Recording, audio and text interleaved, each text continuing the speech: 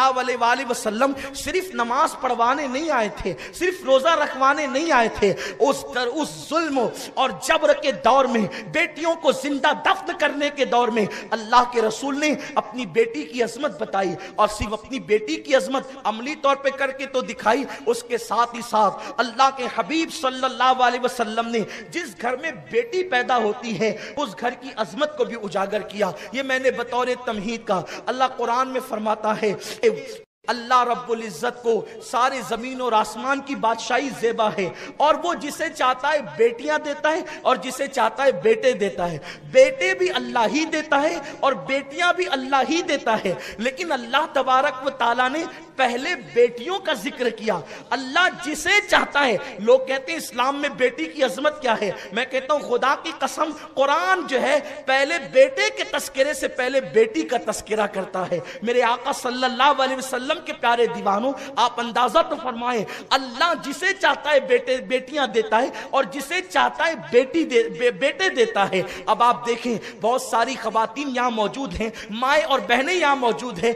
बेटी की पैदाइश पर बाप से ज्यादा तकलीफ माँ को भी होती है। माँ का भी मुंह उतर जाता है, माँ का भी चेहरा उतर जाता है। ओहो, पहले तो बेटी थी, अब ये बेटी कहां से आ गई, दूसरी तो थी, तीसरी कहां से आ गई। मैं कहता हूं मेरी बहन, अगर तेरी पैदाइश के मौके पर तेरे माँ बाप भी ये करते तो तेरा क्या हाल होता। तू भी तो बेटी ही है ना। अगर तू 50 साल की हो जाए, 70 साल की हो जाए, तू कुछ भी कहलाए, मगर असल तो पहले तू बेटी है किसी की। तेरे माँ बाप के लिए तो तू बेटी है। इसलिए बेटी से चिढ़ने वालों, बेटी से नफरत करने वालों, बेटी को बोझ समझने वालों, बेटी को माज़अल्लाह अपने लिए आर समझने वालों, बेटी अल्लाह की रहमत है। मुस्तफा करीम रऊफुर रहीम सल्लल्लाहु अलैहि वसल्लम एक मर्तबा एक सफर पे तशरीफ ले जा रहे हैं। आकाए करीम सल्लल्लाहु अलैहि वसल्लम के साथ हुजूर के सहाबा भी मौजूद है। आकाए करीम सल्लल्लाहु अलैहि वसल्लम ने अपनी सोहबत में बिठाकर सहाबा का वो तज़किया किया था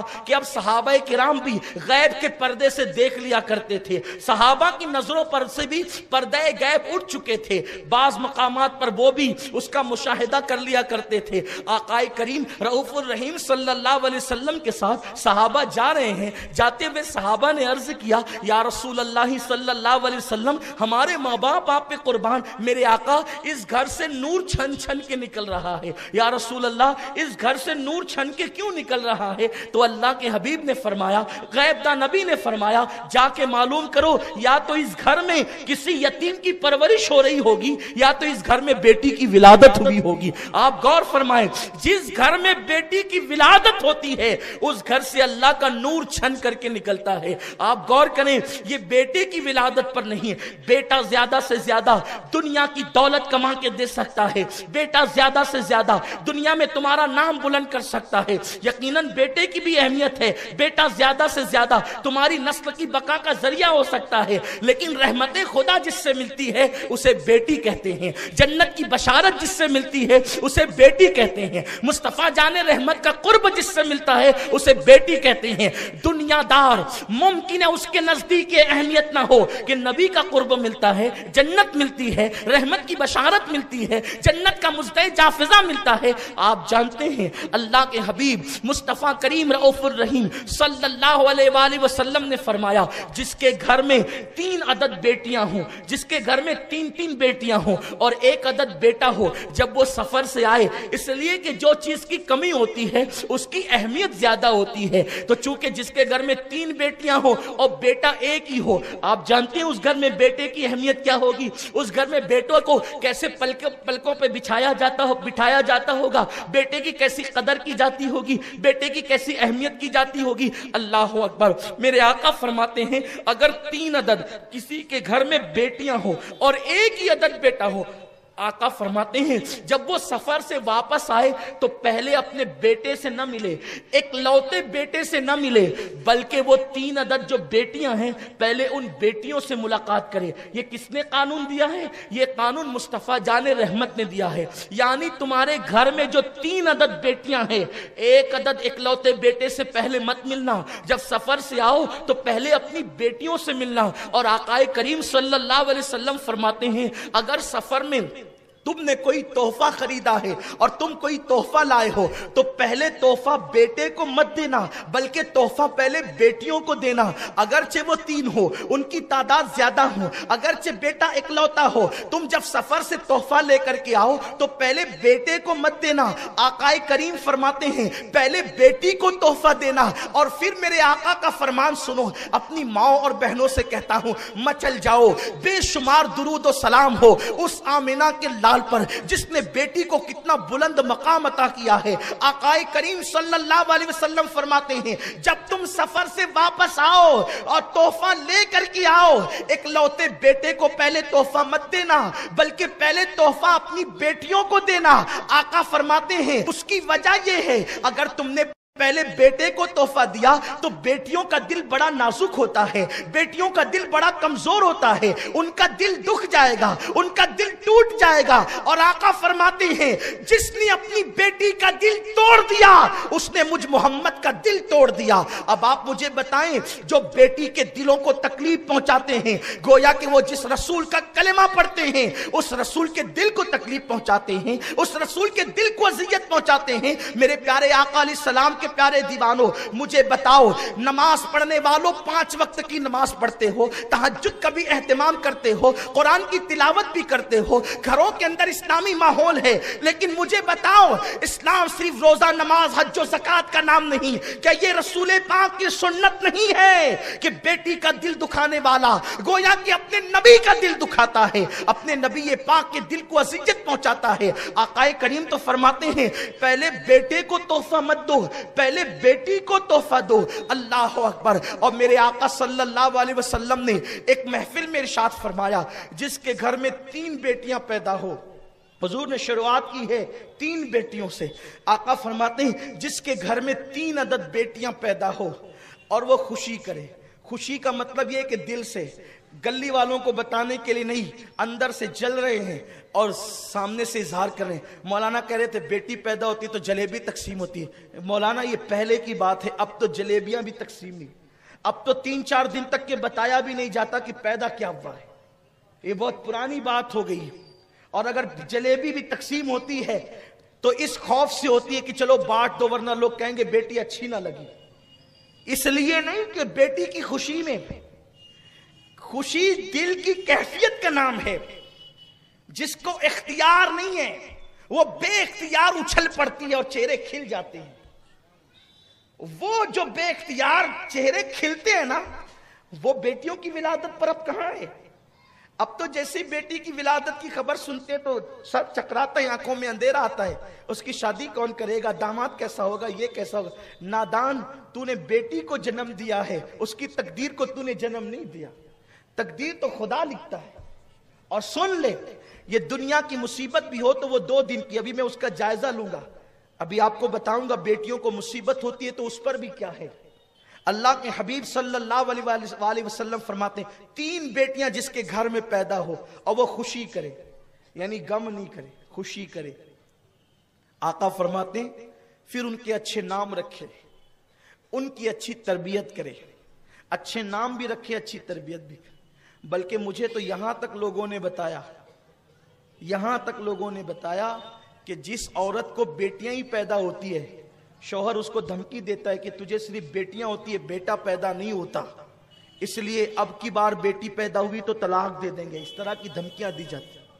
बल्कि जिस घर में जिस बहू को बेटियां होती है उन बहुओं को ताना दिया जाता है तू तो बेटी की मां है। लेकिन आपको एक बात मैं बता दूं, बेटे और बेटी मां की तरफ से नहीं होते, बल्कि औलाद जो मिलती है वो बाप की तकदीर से मिलती। तो जो लोग औरतों को ताना देते हैं ना कि तुझे बेटियां ही पैदा होती है, औरत का कोई कसूर नहीं है, ये तो मजहब है ना, मजहब है, मजहब की तालीम है। ये क्या तालीम है मजहब की? मजहब की तालीम यह है कि बाप की तकदीर से औलाद मिलती है, क्योंकि औलाद का ताल्लुक किससे है? बाप से, क्योंकि वो बाप की पुश्त में ना। ये मजहब है। साइंस भी ये कहती है कि औरत के अंदर जो औलाद की पैदाइश के मादे हैं वो दोनों एक से है, एक समझाने के लिए एक से।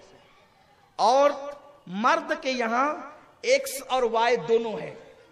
तो जब एक्स से एक्स की मुलाकात होती है तो बेटा पैदा होता है, और जब एक्स से वाई की मुलाकात होती है तो बेटी पैदा होती है। ये साइंस कहती है। अब आप मुझे बताएं, आप जिस औरत को ताना दे रहे हो उसके वहां तो वाई है ही नहीं, वो वाई तो आपकी वजह से है। तो आपको ताना उसको नहीं देना चाहिए, ताने का जिम्मेदार तो आप हो। और अगर आप मुसलमान हैं तो आप भी ताने के काबिल नहीं हैं, क्योंकि मेरे अल्लाह ने फरमाया हम जिसको चाहते हैं बेटियां देते हैं और जिसको चाहते हैं बेटा देते हैं। चाहत तो उसकी है, ताना देने वाला तू कौन होता है? हुजूर अलैहिस्सलाम फरमाते हैं जिसके घर में 3 बेटियां हो। अब जब अल्लाह की चाहत पर मुसलमान राजी ना हो तो फिर कौन राजी? हुजूर फरमाते हैं जिसके घर में 3 बेटियां हो, अच्छे नाम रखे, अच्छी परवरिश करे और अच्छे घराने में उसकी शादी कर दे, अच्छे घराने में उसकी शादी कर दे। आका फरमाते हैं इस तरफ मेरी तरफ देख लें। अब आप, मेरे नबी ने मिंबर पे खड़े होकर फरमाया 3 बेटियों की परवरिश करे, अच्छे घराने में शादी कर दे, इस हाल में कि बेटियों का दिल न दुखा, इस हाल में कि बेटियों की अच्छी परवरिश की हो। आका ने फिर अपना हाथ उठा दिया।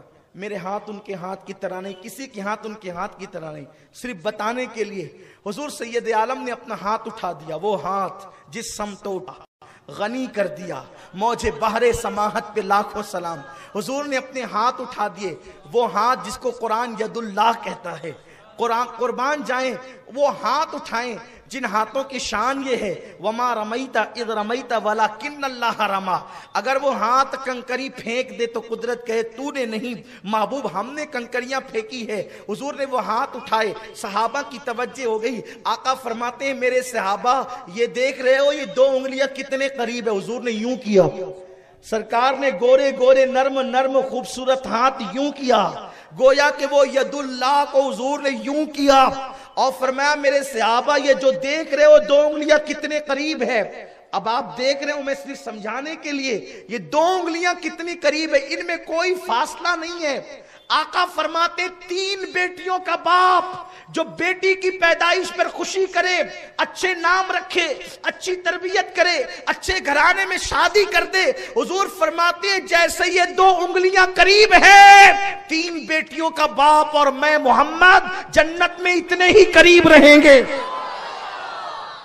नमाज पढ़ने पे सवाब की बशारत है, हज पढ़ने पे मगफिरत की बशारत है, बेटी की परवरिश करने पर यूं जन्नत में पड़ोस मिलने की बशारत है। हुजूर ने जो कह दिया हमारा ईमान है। खुदा की कसम, अगर आपको किसी डॉक्टर का पड़ोस मिल जाए, किसी सियासतदान का पड़ोस मिल जाए, आप कहते हैं अपने को टेंशन नहीं, इसलिए कि पड़ोस फुला का मिला है। खुदा की कसम दुनिया में नहीं बल्कि जन्नत में मालिक जन्नत का पड़ोस जिसको मिल जाए फिर उसकी शान क्या होगी और वो किस बुनियाद पे मिलेगा। हुजूर फरमाते इतने करीब होंगे, कुर्बान जाए इतने करीब होंगे। दुनिया का लालची तो शायद इसकी अहमियत महसूस करे ना करे, हुजूर का सच्चा गुलाम तो कहे अल्लाह बेटियों से घर भर दे। हुजूर का सच्चा गुलाम जिसने दीन पढ़ा हो और जो सच्चा मुसलमान हुआ हो, अब बताएं वो दुआ ना करेगा अल्लाह बेटी अता कर दे। सरकार ने फरमाया इतने करीब होगा। महफिल मौजूद थी, क्योंकि हर बंदे की यहां, हर खुशनसीब की यहां 3 बेटियां नहीं होती ना। मैं उसको खुशनसीब मानता हूं जिसके घर 3 बेटियां हैं। खुश हो जाओ, उन पे जुल्म नहीं करना, उनको बोझ नहीं समझना, उनको तकलीफ का जरिए। कहां से शादी होगी मौलाना? अरे नादान, जिसने पैदा किया वो इंतजाम भी करेगा।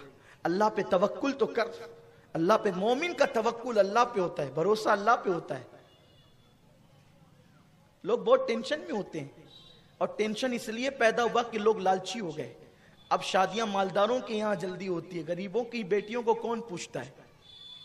दीनदार लोग भी सोचते हैं कि जरा कोई मालदार घराना मिले। हालत ये है, कैफियत ये है। हर घर में 3 बेटियां नहीं होती। हुजूर ने फरमाया 3 बेटियों का बाप, उसकी परवरिश करने वाला और मैं इस तरह जन्नत में होंगे जैसे 2 उंगलियां करीब है।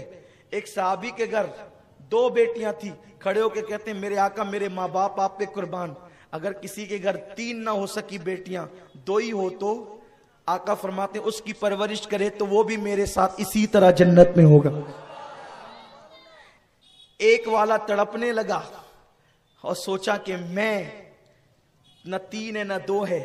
खड़े होकर अर्ज की आका अगर 3 ना हो सके 2 भी ना हो सके, अगर ऐसा ही हो 1 ही मिले तो।